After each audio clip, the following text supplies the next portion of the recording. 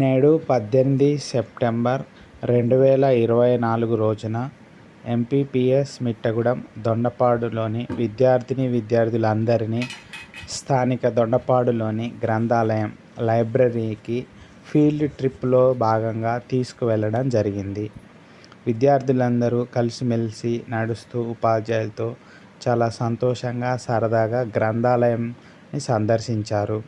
గ్రంథాలయంలోని పుస్తకాల యొక్క అమరిక, పుస్తకాలని ఎలా తీసుకోవాలి, పుస్తకాలని ఎలా చదవాలి, ఎలా మళ్ళీ అరలలో జమ చేయాలి, వివిధ రకాలైనటువంటి పుస్తకాలు వివిధ అరలలో ఉంచడం జరుగుతుంది. కథల పుస్తకాలు ఎలా ఉంటాయి, లైబ్రరీ వారి దగ్గర నుంచి ఎలా పుస్తకాలను తీసుకోవాలి, రిజిస్టర్లో ఎలా నమోదు చేస్తారు, రిజిస్టర్లో ఎలా సంతకాలు చేస్తారు, గోడల మీద రాసినటువంటి అంశాలని, లైబ్రరీ టైమింగ్స్ని మొత్తాన్ని విద్యార్థులు తెలుసుకోవడం జరిగింది.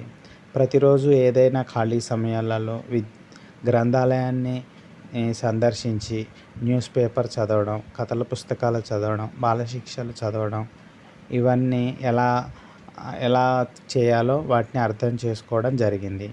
అక్కడికే ఎస్సీ కాలనీ దొండపాడు శ్రీనివాసాచారి గారు తమ విద్యార్థులను కూడా తీసుకొని వచ్చి ఈ కార్యక్రమంలో పాలు పంచుకున్నారు.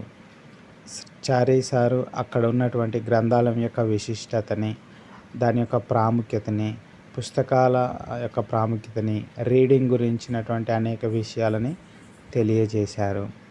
గ్రంథాలయంలో ఉన్నటువంటి స్వాతంత్ర సమరయోధుల చిత్రాలని, అంబేద్కర్, గాంధీజీ, సర్దార్ వల్లభాయ్ పటేల్, చాచాజీ, జవహర్లాల్ నెహ్రూ గారి గురించి, వారి యొక్క చదువుల గురించి, వారప్పుడు గ్రంథాలయంలో ఎలా గడిపేవారో, తర్వాత చదువుకున్నప్పుడు గ్రంథాలయంలో ఎలా గడిపేవారో, ఆ విషయాలన్నీ పిల్లలకి అర్థం చేయించడం జరిగింది.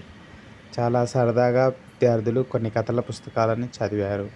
ఆ తర్వాత కొన్ని ఫోటోలని తీసుకోవడం జరిగింది. గ్రంథాలయంలో ఉన్నటువంటి ఆవరణలో కొంచెం సేపు ఆటపాటలతోటి గడిపారు.